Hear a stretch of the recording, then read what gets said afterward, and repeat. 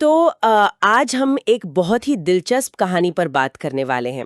ये हमें मिली है द मिस्टीरियस कॉल .pdf से। कहानी है टॉम बेनेट की।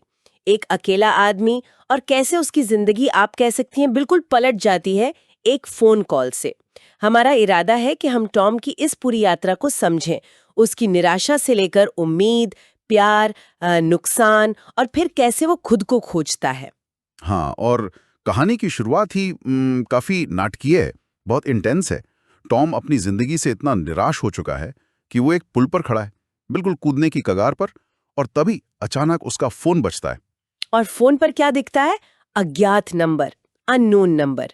एक शांत सी आवाज आती है, कहती है रुको, आत्महत्या मत करो, मैं मदद कर सकता हूँ।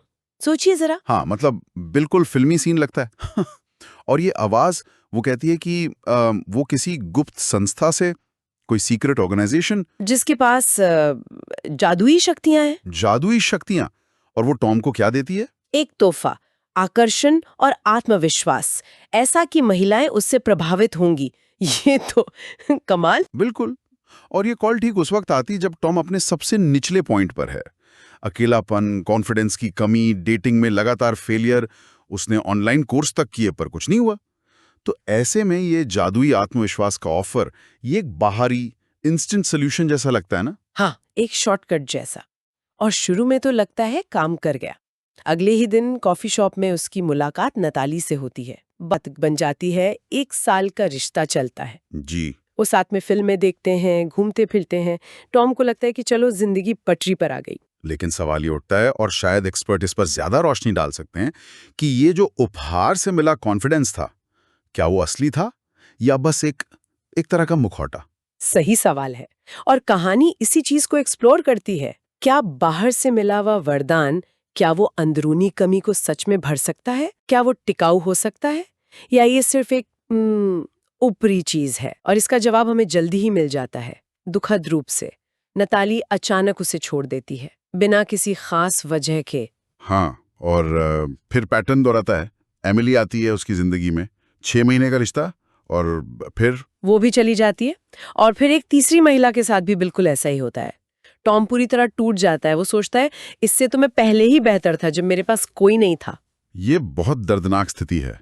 और ये पैटर्न दिखाता है कि कैसे कोई बाहरी फिक्स, चाहे वो जादुई क्यों ना हो, वो रिश्तों की जो असली जटिलताएं होती हैं या इंसान के अपने जो अंदरूनी मुद्दे होते हैं, उनका हल नहीं कर सकता।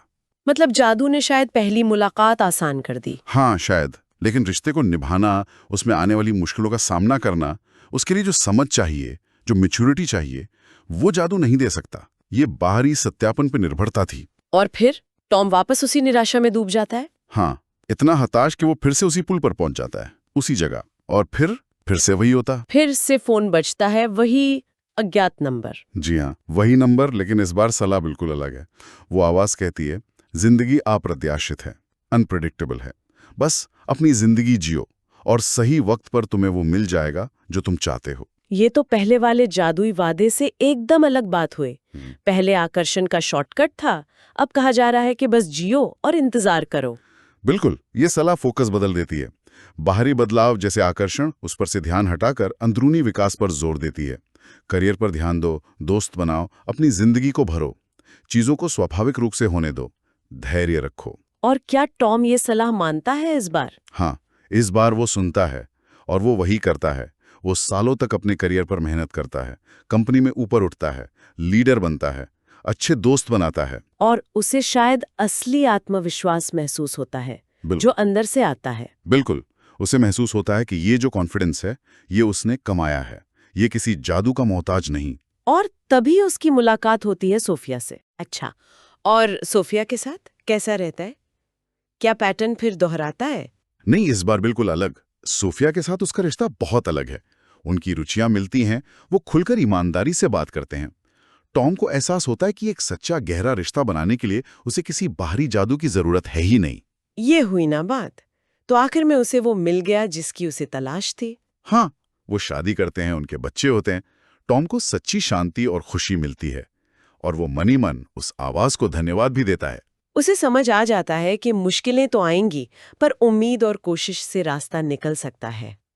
तो अगर हम पूरी कहानी का सार देखें, टॉम निराशा से चला, एक जादुई शॉर्टकट लिया, दिल टूटा और फिर उसने खुद पर काम किया, आंतरिक शक्ति पर ध्यान दिया, धैर्य रखा, और तब जाकर उसे सच्ची खुशी मिली, एक असली रिश्ते में। कहानी का संदेश साफ है। जिंदगी में बुरी चीजें होती हैं, पर आशा और हिम्मत रखने से आखिर में शांति मिल सकती है। बिल्कुल, ये कहानी लचीलेपन की है, उम्मीद की है। वो जो रहस्यमय कॉल्स थीं, वो एक तरह से कैटलिस्ट जरूर थीं। उन्होंने उसे एक मोड़ दिया, लेकिन जो असली टिकाऊ बदलाव आया वो दूसरी कॉल के बाद टॉम के अपने चुनाव, उसकी अपनी मेहनत और विकास से आया। ये हमें सोचने पे मजबूर करता है कि हम अक्सर बाहरी समाधानों के पीछे भागते हैं। सही बात है, जबकि असली ताकत और खुशी तो शायद अंदर से ही आती है। और यहीं पर एक सवाल छोड़ जाते हैं सबके लिए सोचने को। क्या वो आवाज सच में जादुई थी, या वो बस सही समय पर मिला एक मनोवैज्ञानिक सहारा था, एक तरह का प्लेसिबो इफेक्ट, जिसने टॉम को खुद को बदलने के लिए प्रेरित किया?